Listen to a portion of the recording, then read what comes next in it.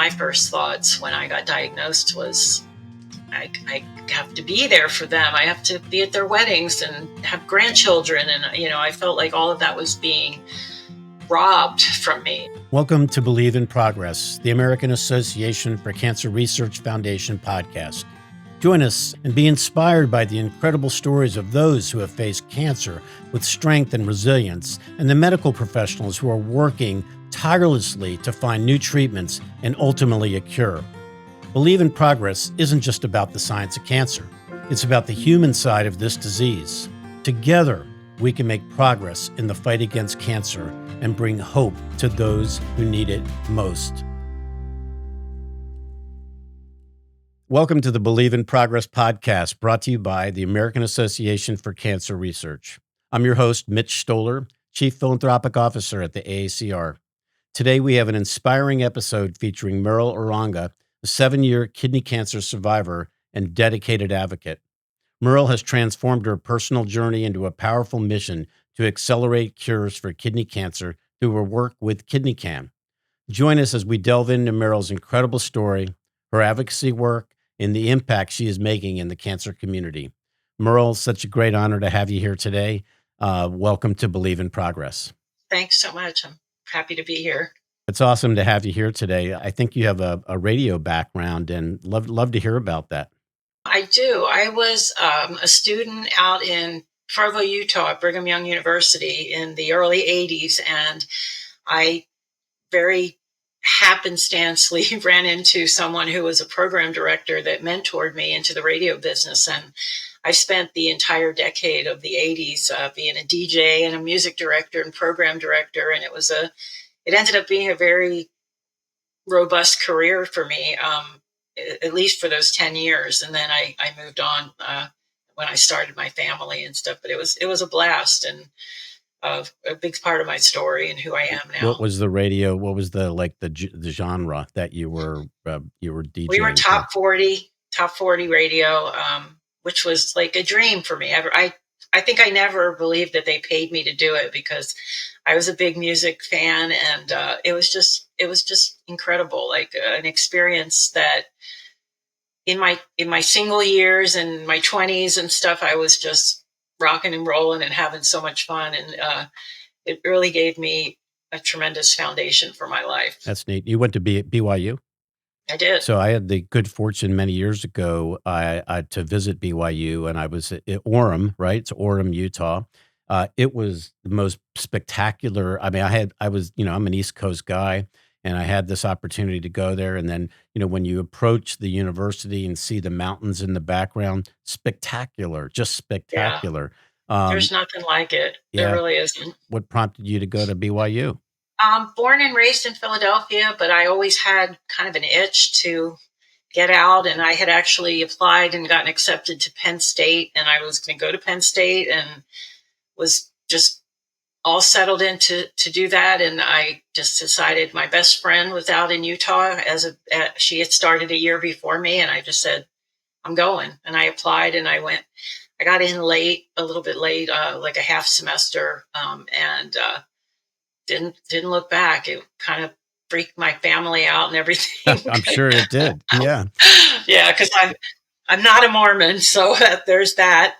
But it was a great experience. Had so much fun out there, and like you said, it's just the most spectacular place to live in terms of the aesthetic of being in the mountains, and it's just gorgeous. I loved it. I mean, it was just so spectacular. I've also had the good fortune to be in Salt Lake a couple times and had the pleasure to meet the Huntsmans and been to the Huntsman Cancer Institute. And, just Salt Lake's a really very interesting, very interesting place. It was a pretty cool place to go. It's a little culturally unusual for sure, but it's a beautiful place. Had a blast living there. So how'd you get from radio to the telecom world? I started a family, and once that became a priority for me, radio sort of faded away. Radio is fun, but it's a very insecure, transient kind of existence. And I was expecting my first child, and my husband and I at the time just decided we're going to move, and we moved to Atlanta. And that's been 35 years this month. And now Atlanta's home for sure. I've lived here longer than even Philadelphia, where I grew up, and like way longer. And it was just one of those things. And once I got my feet grounded after having my first child and everything, I started on a new career path and ended up in the telecom world, where I stayed until retirement a few years ago. What were you, like sales or? I started in sales back in the day, MCI, friends and family and all that. Remember when we used to have to pay for long distance? I remember that. Yes. That's what I did. And eventually that company, there was a lot of drama. It was taken over by WorldCom, and there was a big scandal. And then I kind of survived through all that. And then we became Verizon in 2006. And that was the company that I retired with. And so I was there for quite a while, since the early 90s. Can we chat a little bit about your metastatic kidney cancer and your initial diagnosis? I was feeling terrible, and I knew something was wrong. So I went to the ER, and I suspected appendicitis, and it was acute appendicitis, and I had to have an appendectomy immediately. But while they were scanning me in the ER, just a total incidental finding, because I had no idea prior to the appendicitis that anything was wrong. I didn't have any symptoms or even a clue that I had a pretty big tumor on my left kidney. So it was a very jarring time. It was just came out of nowhere, and I had to recover very quickly from the appendectomy, and then kind of just went right into the diagnosis and discovery of what was going on with my kidney cancer. And it turned out that it was metastatic. It was in my lungs, and before I had lung surgery to remove what was there, they were going to treat it locally. I had a nephrectomy, and they removed my kidney, and then they were going to remove a lobe of my lung. And while being tested and scanned for that procedure, they discovered I also had about a 2.5 centimeter lesion in my brain. So I had to have that treated as well. And this was just bam, bam, bam. Between April and July, I had a lobectomy, a nephrectomy, gamma knife, radiation to the brain, and of course the appendectomy. So that's how it all came about. Very, very surprising, and kind of hard to grasp for quite a while. You must have had a pretty good support system, I hope, anyway, during that period of time. I'll tell you what, it's like a blur those first months. If I had anything to do over again, I would have waited a little bit to get my wits about me and made decisions a little slower than I did. And that's what I talk to people a lot nowadays about. Just, this thing has been there for a while. Just because you know about it now, you don't have to jump into treatment, and just be very careful and cautious about your next steps, and learn a lot before you take them. When you are counseling people or talking to people, or you find that they want to have surgery right away, or they want to get it taken care of, could you just elaborate on that a little bit more? I think the audience would like to understand that. Yeah, I think that our just human immediate knee-jerk reaction is get it out. Just get it out, take care of it. Let me get this behind me. Let me get on the road to recovery. And I know I felt that way, and I know a lot of people that I've spoken to over the years do. And I just, again, from my own experience, wishing that I had done this, I will advise people to just take your time, do your research.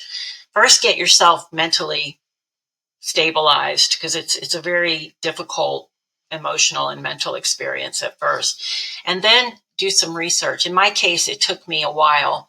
I had already had these procedures done, and I realized I wasn't in the right place. For example, I needed to be in an academic center, not a community center. Kidney cancer is very specialized. It's not a very common cancer. And so general oncologists are not super experienced with it, not super up to date on treatments and trials and things that are critically important in the treatment space. So it's important to step back and see, where am I? Where am I willing to go? What's what's around me or what matters most. Do I have the ability to travel or get a second opinion or whatever? These are all things that really should be done ahead of treatment decisions. And in my case, I jumped right into it. Then once I got stabilized, I was able to dig in and find out, whoa, I'm not in the right place. So I made that change. And really, I'm 100% convinced it changed the course of my disease and my life by doing that. So how did you educate yourself? I mean, as you said, you boom, boom, boom, boom. You had a lot going on in the beginning. How did you go about educating yourself, and how would you advise people to educate themselves? When they're having these problems. Yeah. I got a lot of advice off right out of the gate from like the urologists that I saw in the hospital. I didn't know these people at all, but they were the specialists, they were the professionals. So I was listening to them. But then I got online after initially being told by family and friends, don't get online. The statistics are terrible. Don't Google this stuff. But I knew I had to. And so I actually found a support forum online called Smart Patients. And I can't speak highly enough about them.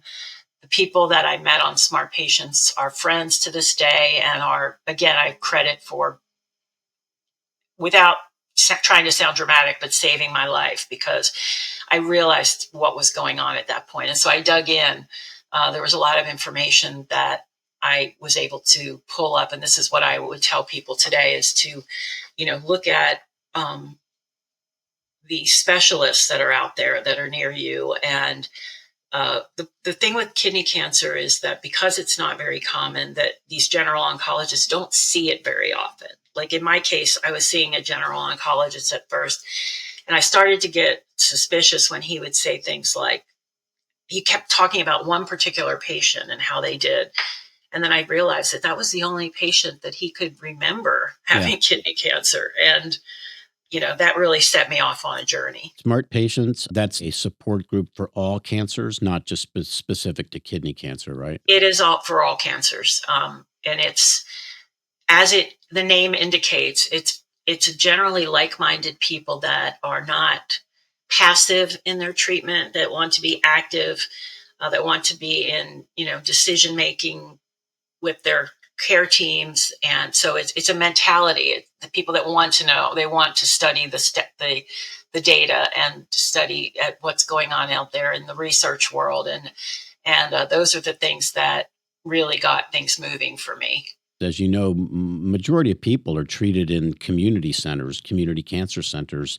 With specifically to kidney cancer, isn't that a challenge for some people to be able to get to a comprehensive cancer center or an academic center? It definitely could be. Onset of telehealth through the pandemic and everything has changed the flavor of that so much, because people who who don't have the resources or the ability to travel out of like rural areas or whatever have access now to like a big city hospital or a university hospital. And I want to reiterate the fact that because kidney cancer is not super common, that's why I point this out as a priority, because there are specialists in these centers that's all they deal with is these types of cancers. And so they're just way more informed and up to date on what you will need as treatment going forward.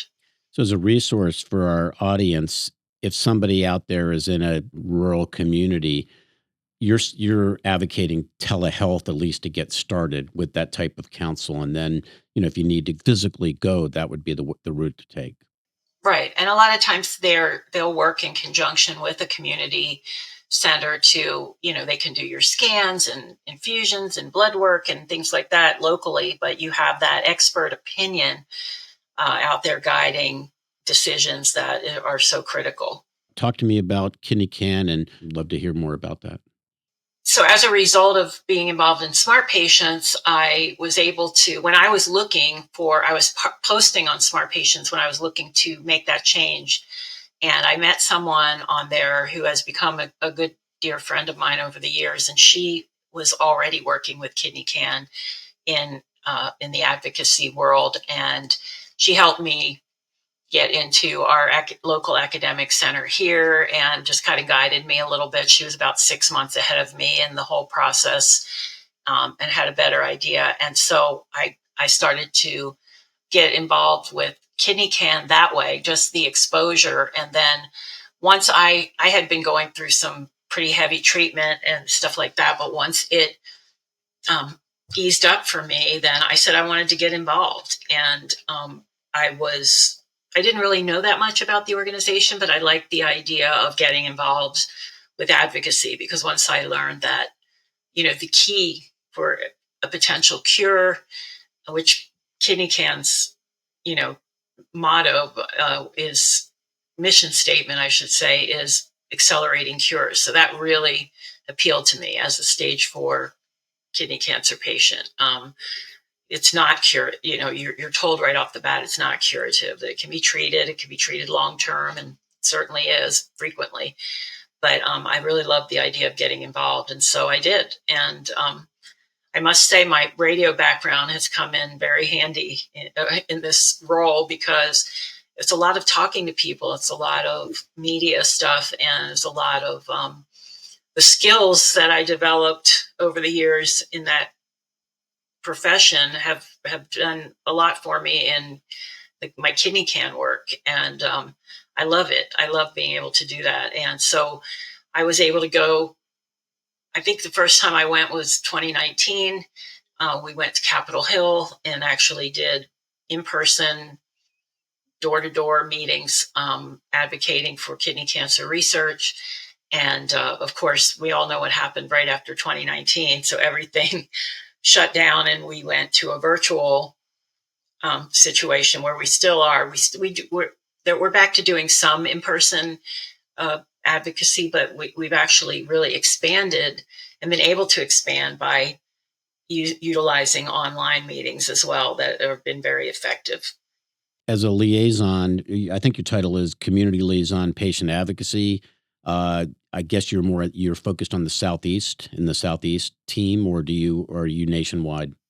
Kind of whatever's needed. I just I help out a lot. Besides the advocacy work that I do, I help out with, finding people for certain things. Sometimes there are organizations like your own that need people for certain events or appearances or something that they can, where we can go out to our patient base that we know of that may be interested in helping out. And I do a lot of that, as well as the advocacy work.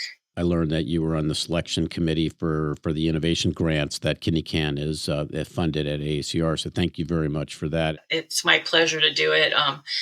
It's very humbling to be behind the scenes and see what goes on with work that's done on our behalf. And it's just an amazing process and makes me very hopeful.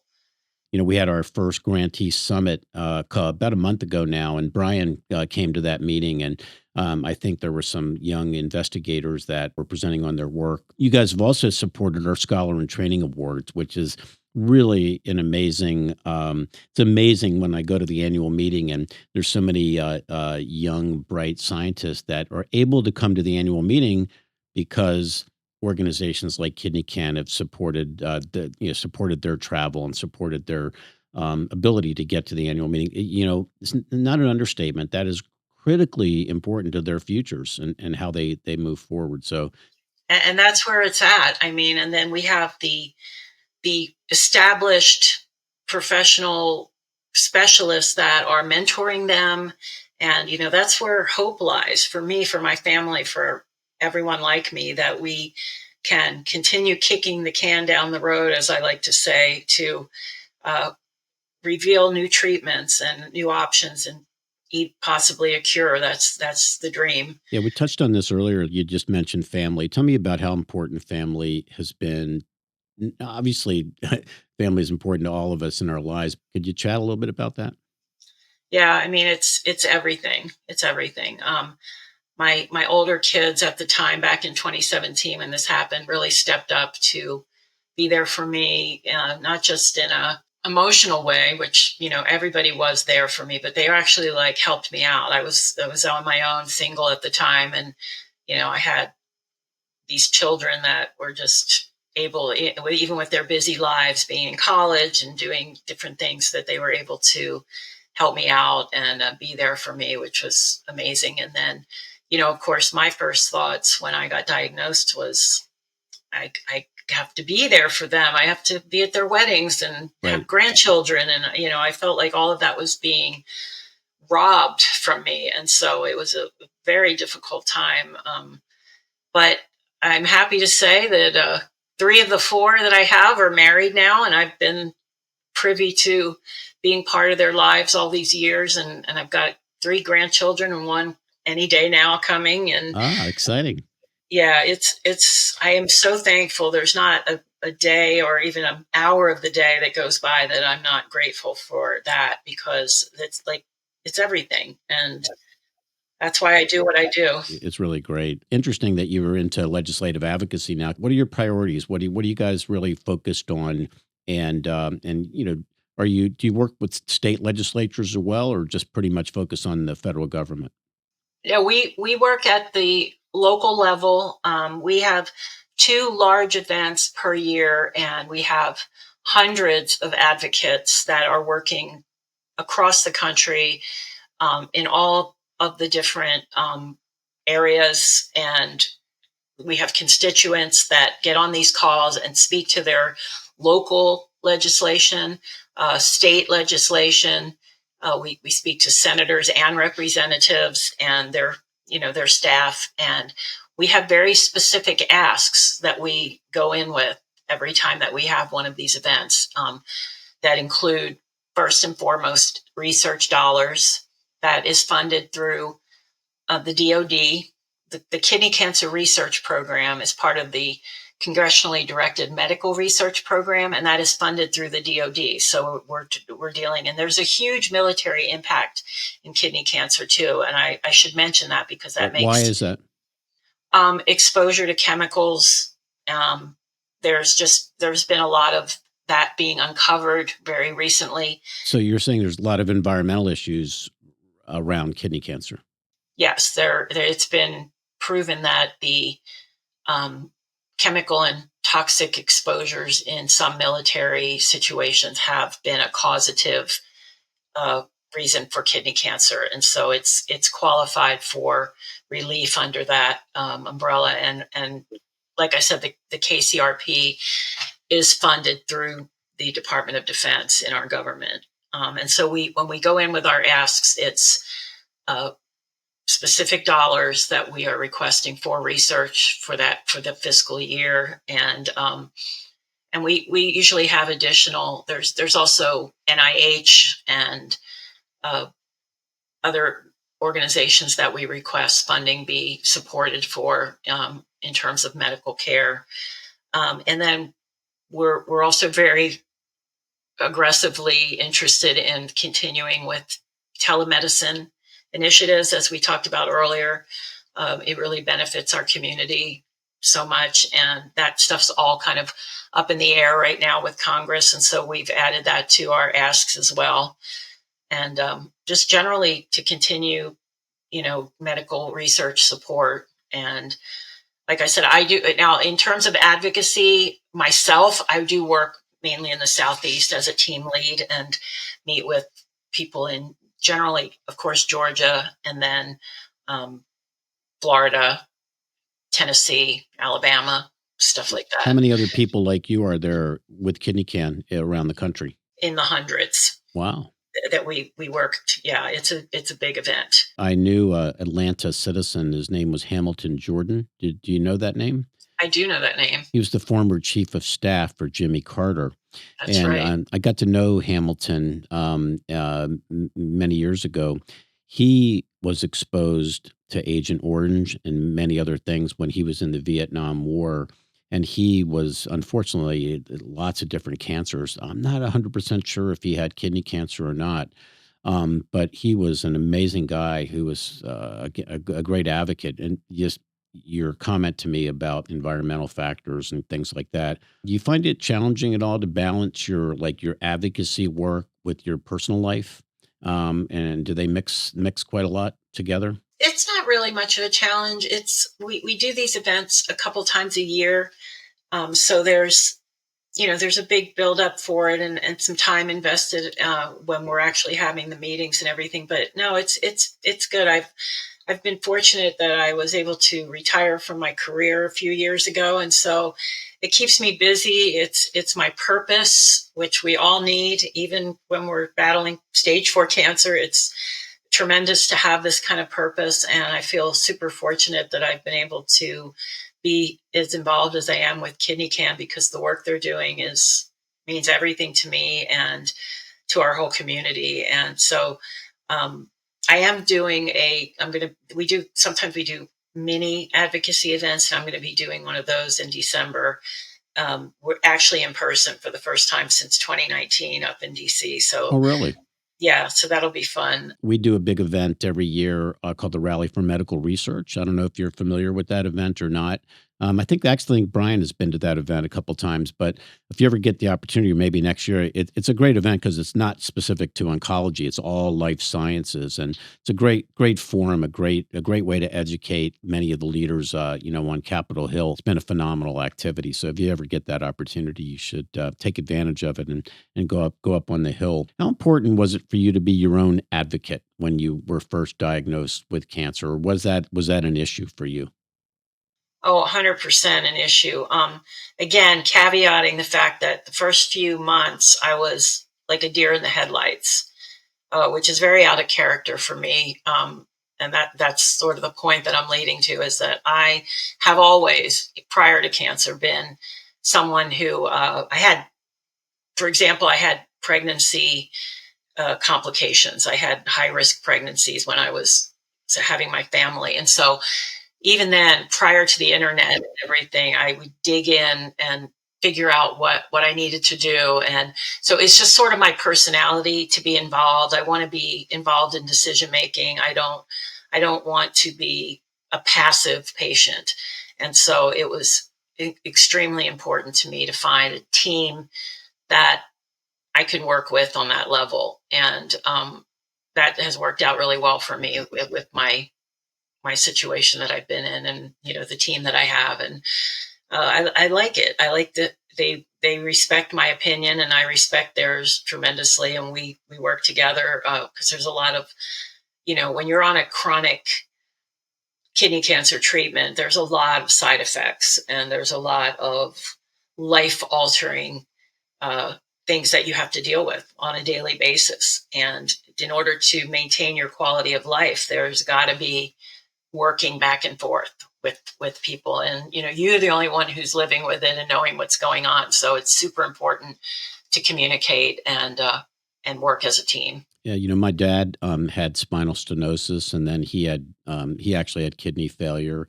And I just remember how tough it was for my dad to deal with, just dialysis and pain in the back. And I can only imagine how potentially traumatic kidney cancer could be for somebody. Yeah, it's a lot. I mean, obviously the trade-off is worth it, but there's a lot to manage on that when you're dealing with what is essentially a chronic illness. There's many very uplifting long-term survivor stories, and there's many that are not, that are just as inspiring, of people that didn't survive, but they lived their lives beautifully until the end, and they made the most of the time that they had with their families. And so, yes, there's inspiration everywhere in the community, because we're all out there just trying to do what everybody wants to do, which is see our kids grow and see our grandkids grow and make memories, and that's what it's all about. Absolutely. Can't thank you enough for your time, but also what you do for KidneyCAN, what you do for cancer patients, cancer survivors, not just with kidney cancer, but just in cancer in general. I think the audience is going to love this episode, and we so appreciate the relationship that we have with KidneyCAN. So, Meryl, thank you so much. Very honored to be here today. Thank you. Thank you, Meryl, for sharing your incredible journey and the impactful work you are doing with KidneyCAN. Your story is a testament to the power of advocacy and the importance of community support in the fight against cancer. To our listeners, thank you for joining us on this episode of the Believe in Progress podcast. If you want to learn more about Meryl's advocacy efforts in kidney cancer and research, please visit KidneyCAN.org. That's KidneyCAN.org. Remember to subscribe to our podcast so you never miss an episode, and share this podcast with friends and family to spread hope and awareness. Your support is crucial in the fight against cancer. Please consider making a donation to the American Association for Cancer Research at AACR.org. Every contribution helps advance life-saving cancer research. This podcast is produced by CollegeCast LLC. And remember, cancer research saves lives.